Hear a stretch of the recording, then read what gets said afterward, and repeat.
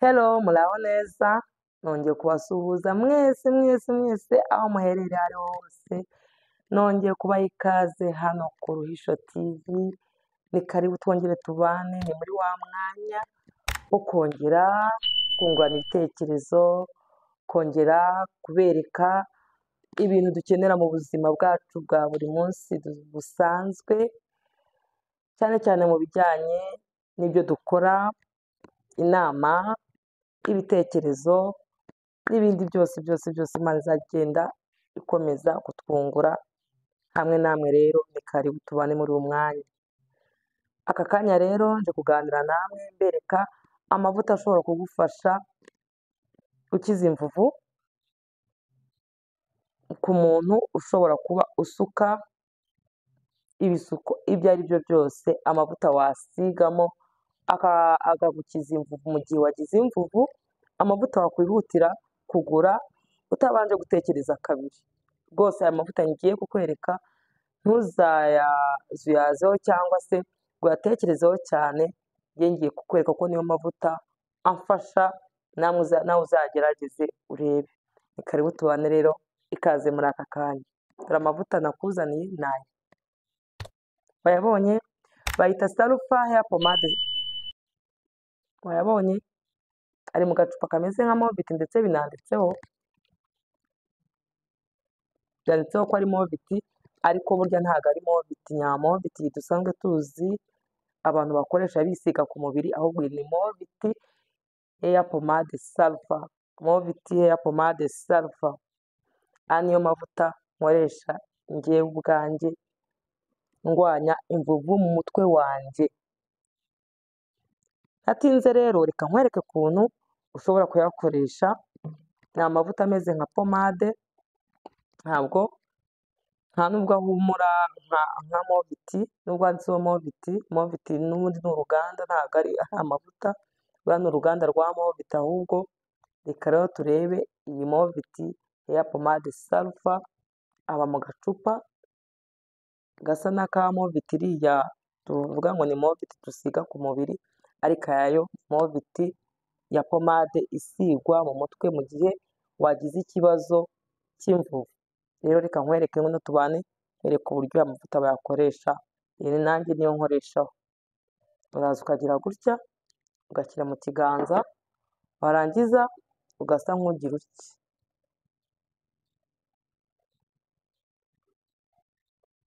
kugira ngo utaza kuyashyiramo ameze nk'ari nk'urukotoro, ugasanga mu mutwe wawe hajemo ibintu by'ibyokere, ntabwo ari byiza.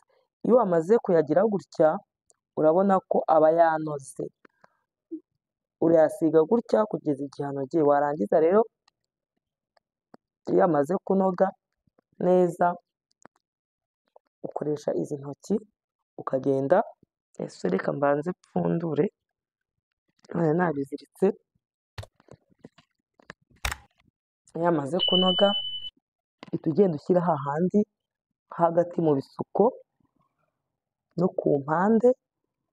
Urabona ko ku mpande ndahashyizeho, ariko ntabwo biri kuyaga kubera ko nabanje nyakaraga hano mu ntoki, cyangwa se ndayasigiriza kugira ngo warangiza ugashyira hano hagati mu bisuko cyangwa nta ku mpande.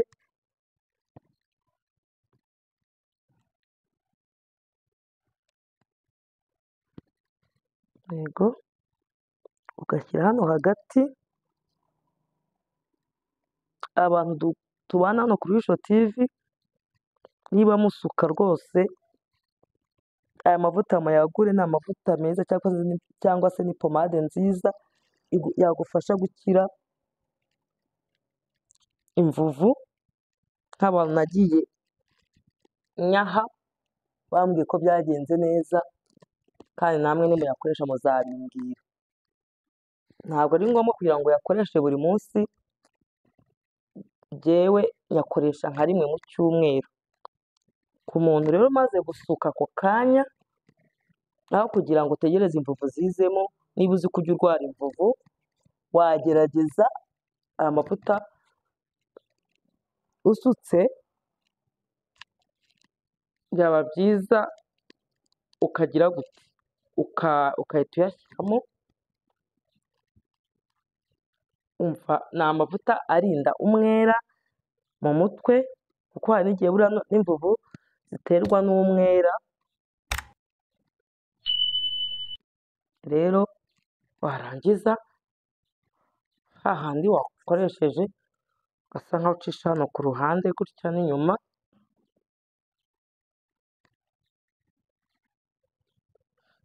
kugira ngo murabibona yuko nta mwera, kugira ngo murabibona nta mwera urimo. Niyo byaba ari ibisuko bimaze iminsi, iyo ushyizemo aka gapomade wumva uhumetse neza. Rero abantu dukunda kubana hano kuri Isho TV, cyangwa se abakiriya banjye munkurikirana kuri Isho TV, nari naje kugira ngo nyine mbereke pomade wayisanga ahantu mu masupamaketi, mu mabotike, cyangwa se mu yandi masoko acuruza ibintu bijyanye n'amavuta. Kano gacupa karebe ni garama 50. Rero nta nubwo gahenda, aho wagasanga kari hagati y'amafaranga 200 n'5, biterwa n'uko umuntu yaranguye. Inshuti zanjye rero, abantu tubona kuri Isho TV, mwebwe mukomeza gukurikira ibyo dukora. Rero bakunzi bo kuri Isho TV, naje kugira ngo mbasangize kino kiganiro mbereka amavuta yagufasha gukira imvuvu. Nugira ikibazo wowe uzabyandike muri comment, nta kibazo.